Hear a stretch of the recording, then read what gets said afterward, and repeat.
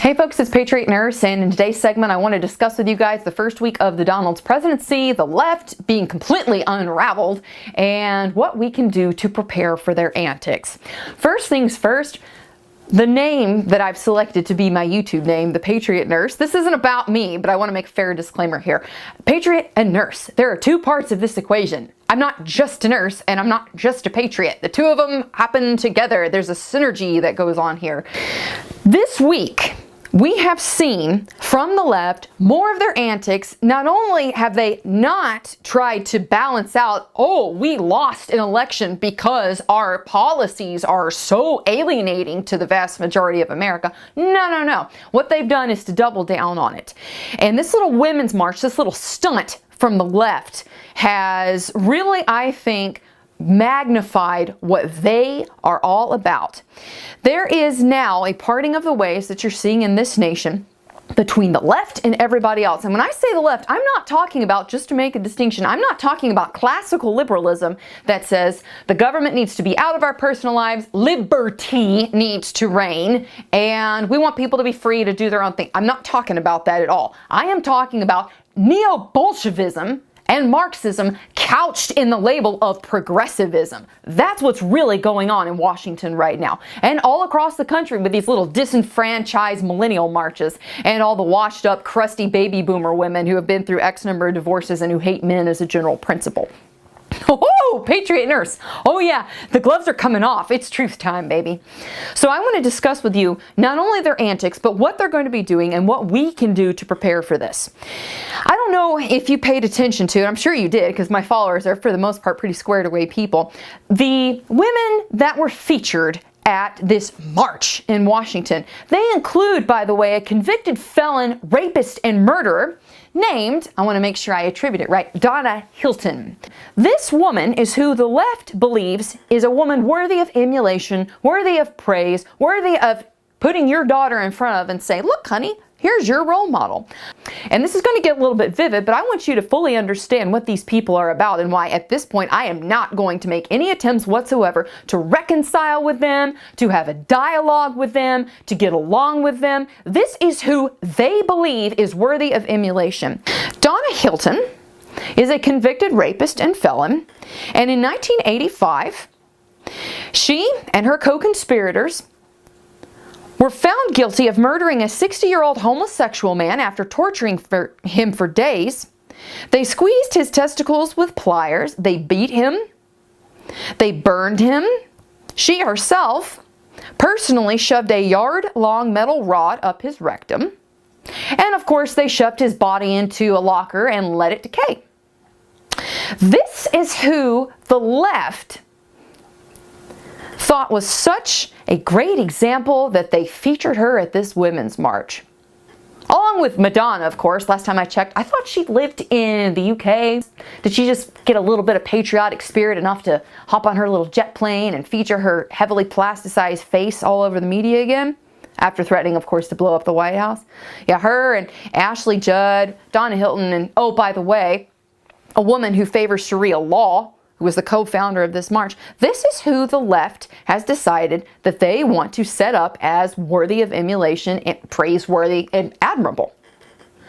They have consistently become more and more radical with their rhetoric, more and more violent with their rhetoric. And lest we forget, in the past 8 years, despite the fact that we have been the ones charged with being the domestic terrorist, we here on the right, people who are intimately familiar and skilled with manipulating different weapons, we are the ones who have been labeled as domestic terrorists, but they are the ones overwhelmingly who have been instigators in riots, who have been involved with not only violence, murders, killing people, raping people, destroying property. They are the ones, despite their protestations to the contrary, they are the ones who have been involved with destroying the foundation and security of law and order in this nation.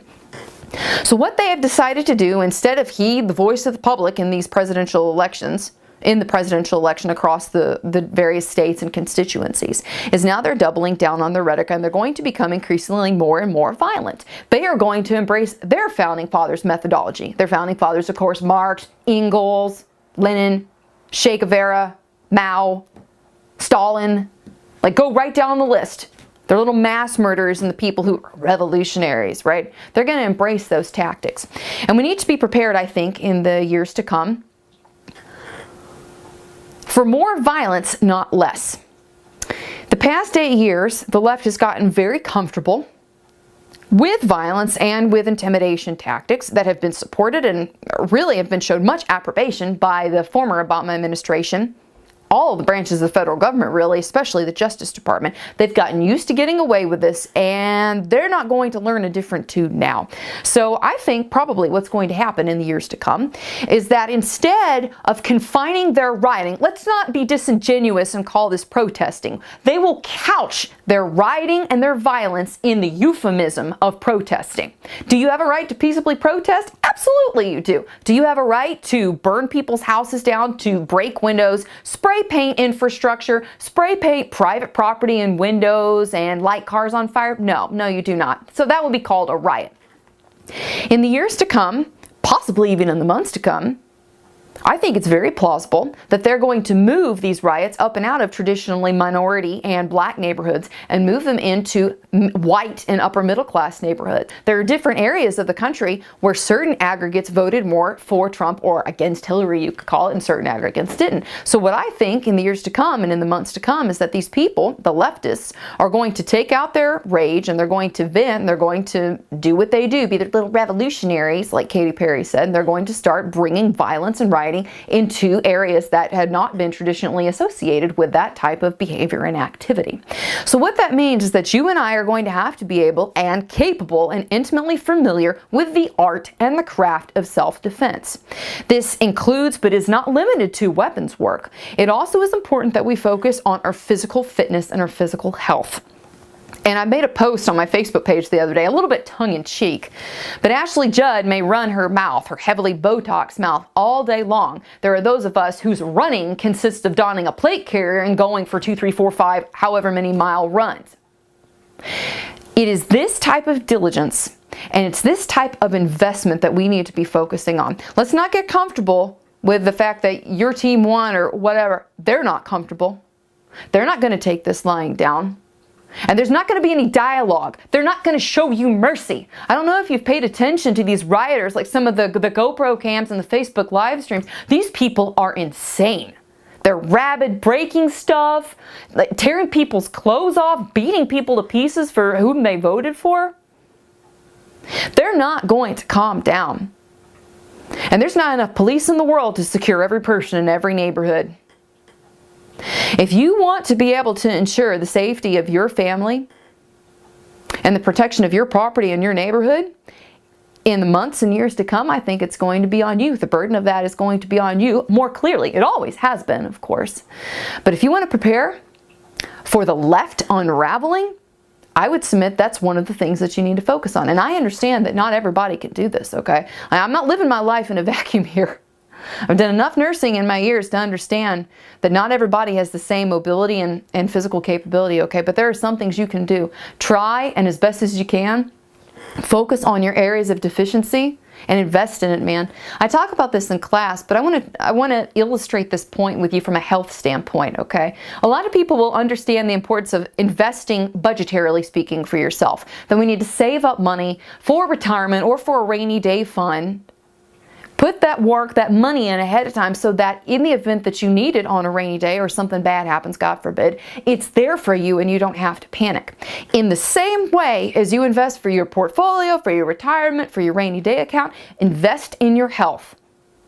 Because God forbid, if you need to pick up a rifle and run, or you need to grab your children, pick them up, pull your pistol out and defend them, you can do that.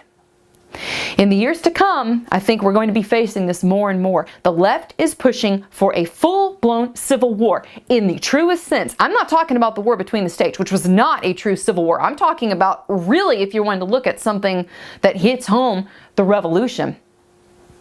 You have people who are sympathetic to the British intermixed with people who are in support of the colonialists.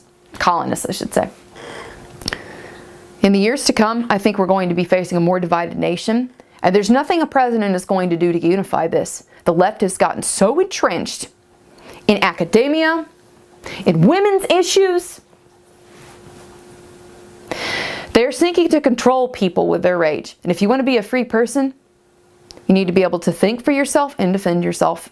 And that's the message I have for you guys this week. I hope it was helpful for y'all. If you enjoyed the video, I hope you'll subscribe. Like me on Facebook. You can follow me on Twitter. For now, it's Patriot Nurse signing off. I'll see y'all later.